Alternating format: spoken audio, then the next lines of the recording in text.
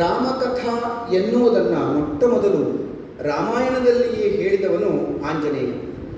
ಅದೂ ಕೂಡ ಆಂಜನೇಯ ಸೀತಾನ್ವೇಷಣೆಗಾಗಿ ಹೋದವನು, ಎಲ್ಲಿಯೂ ಕಾಣದೇ ಸೀತೆಯನ್ನು ಕಂಗಾಲಾಗಿದ್ದ ಕಾಲದಲ್ಲಿ ಕೊನೆಯಲ್ಲಿ ಅಶೋಕವನವನ್ನು ಪ್ರವೇಶಿಸ್ತಾನೆ. ಅಶೋಕವನವನ್ನು ಪ್ರವೇಶಿಸುವಾಗ ಆಂಜನೇಯ ಹೇಳುವ ಮಾತು ನಮೋಸ್ತು ರಾಮಾಯ ಸ ಲಕ್ಷ್ಮಣಾಯ. ಈ ಮಂತ್ರ ಅದು ಅವತ್ತಿನಿಂದ ಬಂದಿತ್ತು, ಹನುಮಂತನ ಬಾಯಿಯಿಂದ ಬಂದ ಮಂತ್ರ. ಹಾಗಾಗಿ ಯಾವುದಾದರೂ ಕಾರ್ಯ ಆಗಬೇಕು ಅಂತಿದ್ರೆ ಅದಕ್ಕೆ ಪೂರ್ವಭಾವಿಯಾಗಿ ನಾವೆಲ್ಲರೂ ಪಠಿಸಬೇಕಾದಂತಹ ಮಂತ್ರ ನಮೋಸ್ತು ರಾಮಾಯ ಸ ಲಕ್ಷ್ಮಣಾಯ. ಅಶೋಕವನವನ್ನು ಪ್ರವೇಶಿಸಿ ಮಾಡುವಾಗ ಆ ಭೂಮಿಗೆ ನಮಸ್ಕರಿಸಿ ಆಂಜನೇಯ ಹೇಳುವ ಮಾತದು. ಹಾಗೆ ಮುಂದೆ ಹೋದಾಗ ಅವನಿಗೆ ಸೀತಾದೇವಿಯ ದರ್ಶನ ಆಗತ್ತೆ. ಶಿಂಶುಪ ವೃಕ್ಷದಲ್ಲಿ ಅವನು ಕುಳಿತಾಗ ಸೀತೆಯನ್ನು ಮಾತಾಡಿಸುವುದು ಹೇಗೆ?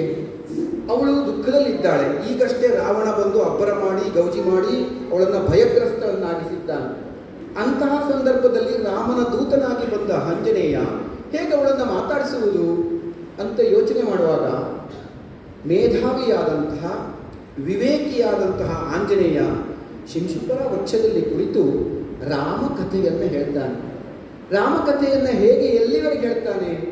ಇಲ್ಲಿಯವರೆಗೆ ಹೇಗಾಯಿತು ಅಂತ ಹೇಳ್ತಾ ಬರ್ತಾನೆ.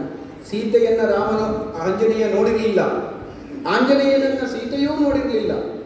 ಇಬ್ಬರೂ ಒಬ್ಬರಿಗೊಬ್ಬರಿಗೆ ಗೊತ್ತಿಲ್ಲ. ಆದರೆ ಕೆಲವು ಚರ್ಯೆಗಳು ಮಾತ್ರ ಆಂಜನೇಯನಿಗೆ ಗೊತ್ತು ಸೀತೆಯ ಬಗ್ಗೆ. ಸೀತೆಗೆ ಆಂಜನೇಯನ ಬಗ್ಗೆ ಏನೂ ಗೊತ್ತಿಲ್ಲ.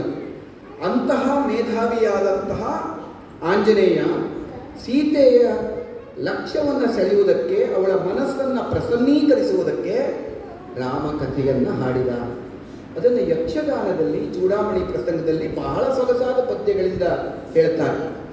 ಹಾಗಾಗಿ ರಾಮಕಥಾ ಅಂತ ಬಂದರೆ ಅದನ್ನು ಮೊದಲು ಹಾಡಿದವನು ಆಂಜನೇಯ.